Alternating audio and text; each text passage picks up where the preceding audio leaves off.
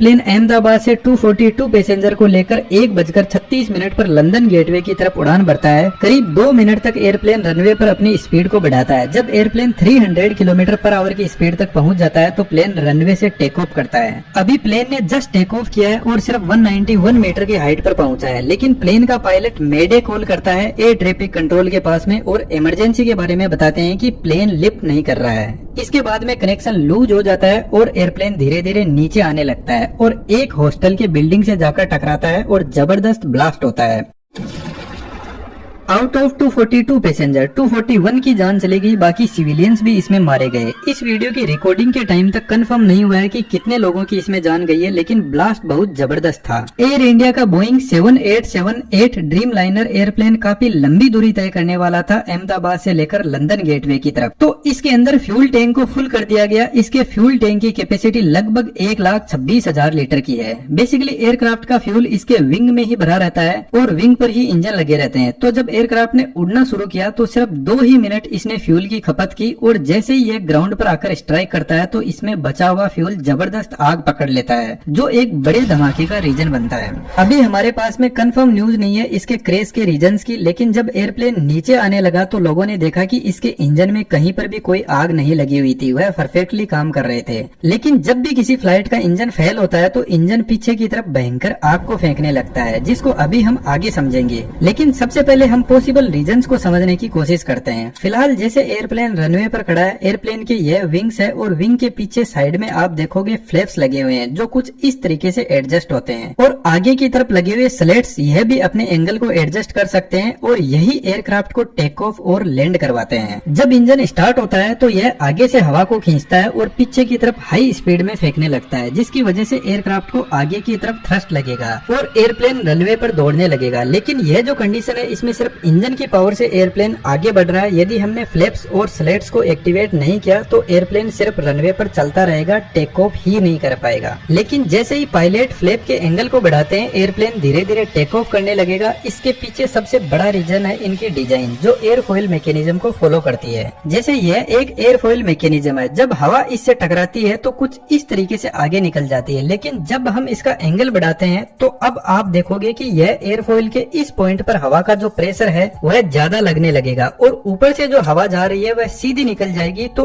इस पॉइंट पर एयर का जो प्रेशर है वह लो हो जाएगा और हमें अच्छे से पता है चीजें हमेशा हाई प्रेशर से लो प्रेशर की तरफ बढ़ती है। तो जैसे ही पायलट एयरप्लेन के फ्लैप और स्लेट एक्टिवेट करता है तो विंग के ऊपर की साइड में लो प्रेशर जनरेट होगा और एयरप्लेन टेक ऑफ करने लगेगा। लेकिन एयर इंडिया के बोइंग 7878 ड्रीम लाइनर में प्रोबेबली एक्सपर्ट्स का ऐसा कहना है कि यदि फ्लैप और स्लेट टेक ऑफ के बाद में यदि उनमें कोई टेक्निकल एरर की वजह से कोई प्रॉब्लम आई तो यह एयरप्लेन को लिफ्ट प्रोवाइड ही नहीं करवा पाएंगे और एयरप्लेन अपने आप नीचे आने लगेगा। लेकिन बोइंग का यह एयरप्लेन बहुत ही ट्रस्टेड एयरप्लेन है, इसमें ऐसी प्रॉब्लम होने के चांस बहुत कम होते हैं। तो यहाँ पर दूसरा बड़ा रीजन हो सकता है गर्मी। यदि आपको पता हो तो राजस्थान और गुजरात के एरिया में बहुत ज्यादा टेम्परेचर बढ़ा हुआ है अभी के टाइम, और जब टेम्परेचर बढ़ता है तो हवा की डेंसिटी कम हो जाती है, जिसकी वजह से एयर पार्टिकल दूर दूर चले जाते हैं। यह लंबी दूरी का विमान था तो जनरल सी बात है इसमें बहुत सारा लोड भी होगा और यदि लोड ज्यादा हुआ ऐसी गर्मी में तो प्लेन टेक ऑफ तो कर जाएगा, लेकिन हवा की डेंसिटी की वजह से लिफ्ट प्रोवाइड नहीं करवा पाएगा।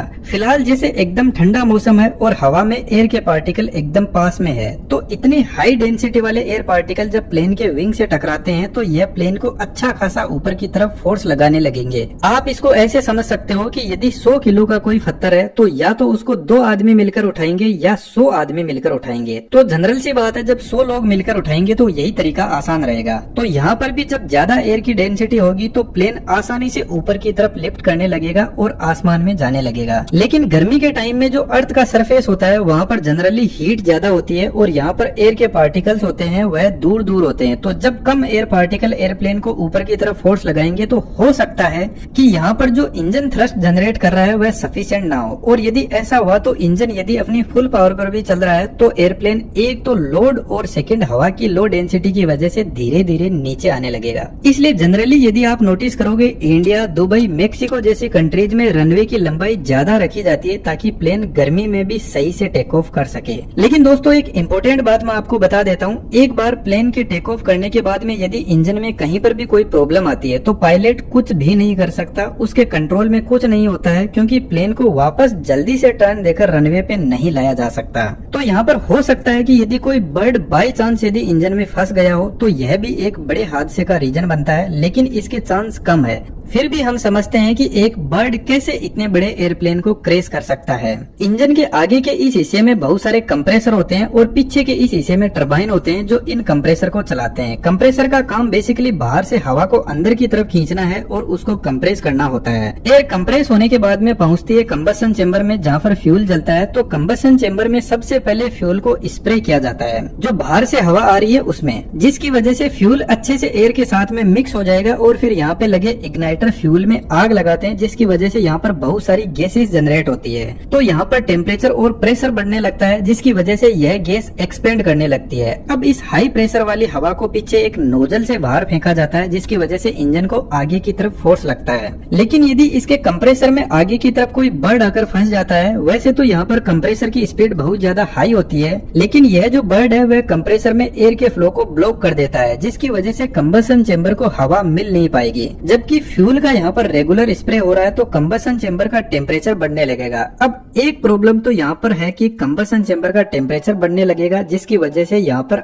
आग लग सकती है। दूसरा रीजन यह है कि फ्यूल को जब प्रॉपरली ऑक्सीजन की सप्लाई नहीं होगी तो वह बिना जला हुआ ही इंजन से बाहर की तरफ निकलने लगेगा और जैसे ही उसको ऑक्सीजन मिलेगी तो वह एकदम से आग पकड़ लेगा। इसी वजह से जनरली यदि कोई बर्ड कंप्रेसर में फंस जाता है तो इंजन में से तेज आग बाहर निकलती है। यह जो प्रॉब्लम होती है इसको कंप्रेसर स्टॉल बोलते हैं, जिसमें कंप्रेसर को प्रॉपर हवा की सप्लाई नहीं मिल पाती है। इसके अलावा दोस्तों एयरप्लेन एक बहुत ही टेक्निकल मशीनरी होता है, जिसमें और भी बहुत सारी इंजीनियरिंग काम करती है। तो कहीं पर भी कोई भी फेलियर हो सकता है और इस फेलियर का तभी पता चलेगा जब ब्लैक बॉक्स से फ्लाइट डेटा रिकॉर्डर की हिस्ट्री मिलेगी। ब्लैक बॉक्स बेसिकली एयरप्लेन की हर एक एक्टिविटी को रिकॉर्ड करता है। उम्मीद करता हूँ आपको बहुत कुछ समझ में आया होगा।